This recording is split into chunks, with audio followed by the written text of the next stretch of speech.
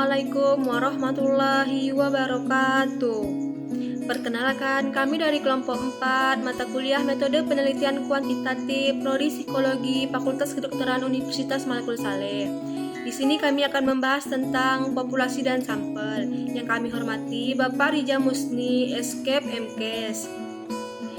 Sebelum memasuki pembahasan, alangkah baiknya kami memperkenalkan diri terlebih dahulu.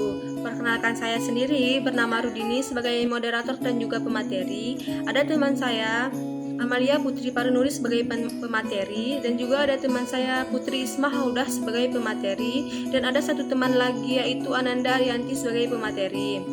Pokok pembahasan materi dalam penjelasan kami ada yang pertama adalah apa itu pengertian populasi dan sampel. Yang kedua, apa saja teknik sampling. Yang ketiga, cara menentukan ukuran sampel. Pembahasan pertama ada pengertian populasi. Populasi menurut Sugiono tahun 2018 adalah wilayah generalisasi suatu kelompok yang terdiri dari objek atau subjek yang mempunyai kualitas dan karakteristik tertentu yang ditetapkan oleh peneliti untuk dipelajari dan kemudian ditarik kesimpulan. Sedangkan menurut Supradi tahun 1993, populasi adalah suatu kesatuan individu atau subjek pada wilayah dan waktu dengan kualitas tertentu yang akan diamati dan diteliti. Populasi penelitian dapat dibedakan menjadi populasi finitif dan populasi infinitif. Populasi finit adalah suatu populasi yang jumlah anggota populasi secara pasti diketahui. Sedangkan populasi infinit adalah suatu populasi yang jumlah anggota populasi tidak dapat diketahui secara pasti. Selanjutnya pengertian sampel. Sampel menurut Sugiono tahun 2018 adalah bagian dari jumlah dan karakteristik yang dimiliki oleh populasi tersebut. Sampel yang diambil dari populasi tersebut harus betul-betul representatif atau mewakili populasi yang diteliti. Sedangkan menurut Sujarweni tahun 2015, sampel adalah bagian dari sejumlah karakteristik yang dimiliki oleh populasi yang digunakan untuk penelitian. Sampel juga diambil dari populasi yang benar-benar mewakili dan valid, yaitu dapat mengukur sesuatu yang seharusnya diukur. Jadi dapat disimpulkan bahwa sampel adalah bagian dari jumlah dan karakteristik yang dimiliki oleh populasi tersebut.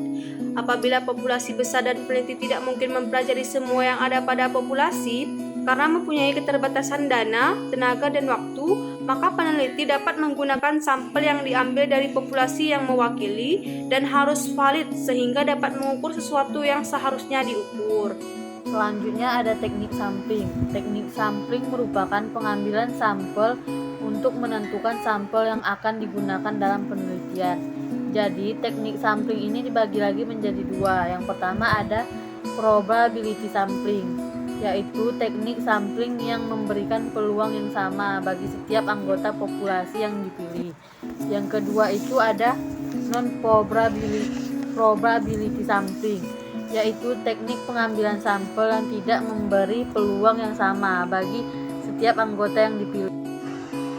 Pengambilan sampel probabilitas atau probabilitas sampling. Yang pertama itu sampel random sampling atau sampel acak sederhana. Pada sampel random sampling ini, setiap anggota populasi memiliki peluang yang sama untuk dipilih sebagai subjek. Seluruh proses pengambilan sampel dilakukan dalam satu langkah dengan masing-masing subjek dipilih secara independen dari anggota populasi lainnya. Yang kedua itu pengambilan sampel sistematis.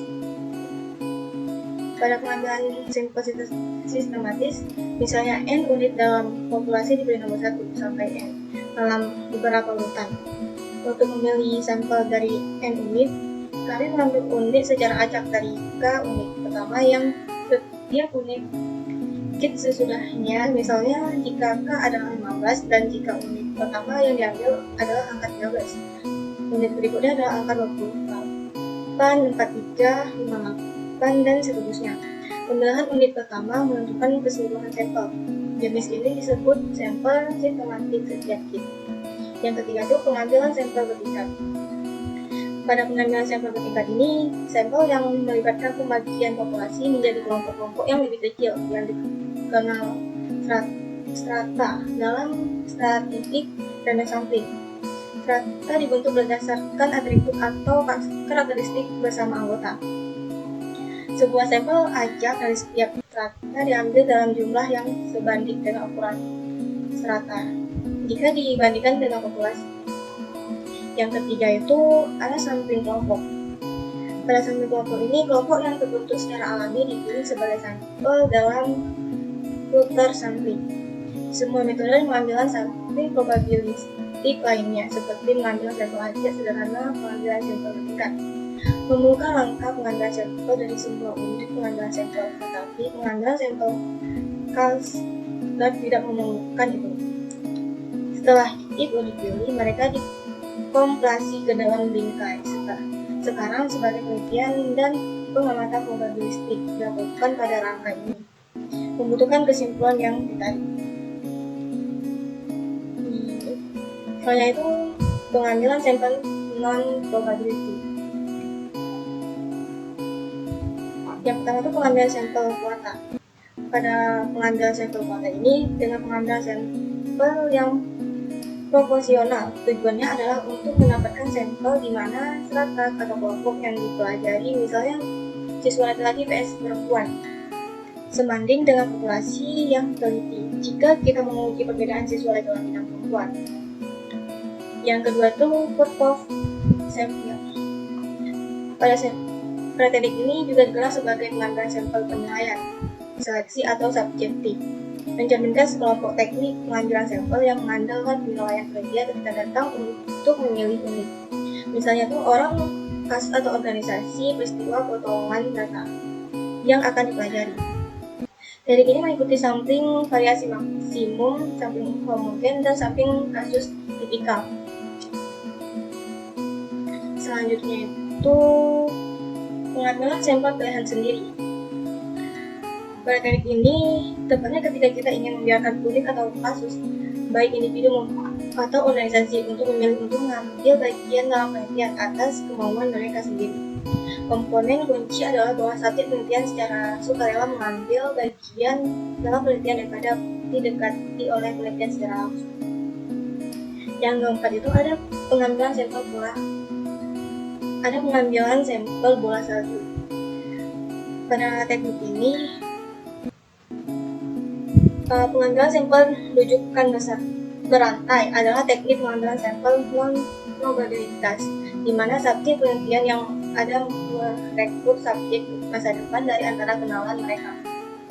Dengan demikian, kelompok sampel tampak tumbuh seperti bola salju yang menggelinding. Sebagai sampel membangun data yang cukup dikumpulkan untuk berguna untuk penelitian. Teknik pengambilan sampel ini sering digunakan dalam populasi tersembunyi yang sulit diakses oleh peneliti. Nah, selanjutnya itu cara mengambil anggota sampel. Pengambilan sampel untuk penelitian kuantitatif pada umumnya dilakukan secara random atau acak, dapat dilakukan dengan bilangan random, komputer, maupun dengan ujian. Bila pengambilan dilakukan dengan ujian, maka setiap anggota populasi diberi nomor lebih dulu sesuai dengan jumlah anggota populasi. Karena teknik pengambilan sampel adalah random, maka setiap anggota populasi mempunyai peluang sama untuk dipilih menjadi anggota sampel. Untuk contoh di atas, peluang setiap anggota populasi 1:1000. Dengan demikian, cara pengambilannya bila nomor 1 telah diambil, maka perlu dikembalikan lagi. Kalau tidak dikembalikan, peluangnya menjadi tidak sama lagi. Misalnya nomor pertama tidak berubah, dikembalikan lagi, maka peluang berikutnya menjadi 1:1000 kurang 1 sama dengan 1:999. Peluang akan semakin besar bila yang telah diambil tidak dikembalikan. Bila yang telah diambil keluar lagi, dianggap tidak sah dan dikembalikan lagi. Materi selanjutnya yaitu menentukan ukuran sampel. Glenn dan Israel dari University of Florida pada tahun 1992 mengemukakan pertimbangan dalam menentukan ukuran sampel atau sample size untuk penelitian adalah level of precision, the confidence level, dan the degree of variability. Yang pertama yaitu the level of precision. The level of precision merupakan tingkat kepresisian suatu sampel atau sering disebut sebagai sampling error atau kesalahan sampel. Tingkat kepresisian atau kesalahan sampel ini ditunjukkan dengan perbandingan antara rata-rata populasi dengan rata-rata sampel. Yang kedua yaitu the confidence level. The confidence level merupakan tingkat kepercayaan suatu sampel yang telah diambil dari populasi. Teori ini berlandaskan asumsi bahwa populasi berdistribusi normal dan populasi itu merupakan kumpulan sampel-sampel yang dapat diambil secara berulang-ulang. Dengan demikian, kepercayaan sampel yang diambil dari populasi bersifat peluang. Yang ketiga yaitu degree of variability. Degree of variability merupakan derajat variabilitas suatu populasi. Populasi yang variabilitasnya tinggi berarti sangat heterogen. Hal ini berarti bila populasi semakin heterogen, maka ukuran sampel akan semakin besar, dan sebaliknya, bila populasi homogen, maka ukuran sampel akan semakin kecil. Dalam populasi suatu penelitian, ada jumlahnya tidak diketahui dan ada diketahui. Oleh karena itu, dalam melakukan perhitungan ukuran sampel yang digunakan, juga harus memperhatikan kedua jenis populasi tersebut. Yang pertama yaitu populasi tidak diketahui jumlahnya.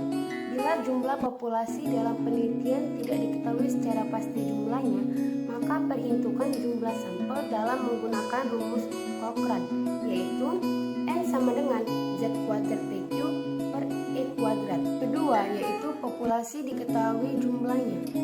Bila jumlah populasi diketahui, maka perhitungan sampel dapat menggunakan rumus Nyaman dan Isaac and Michael.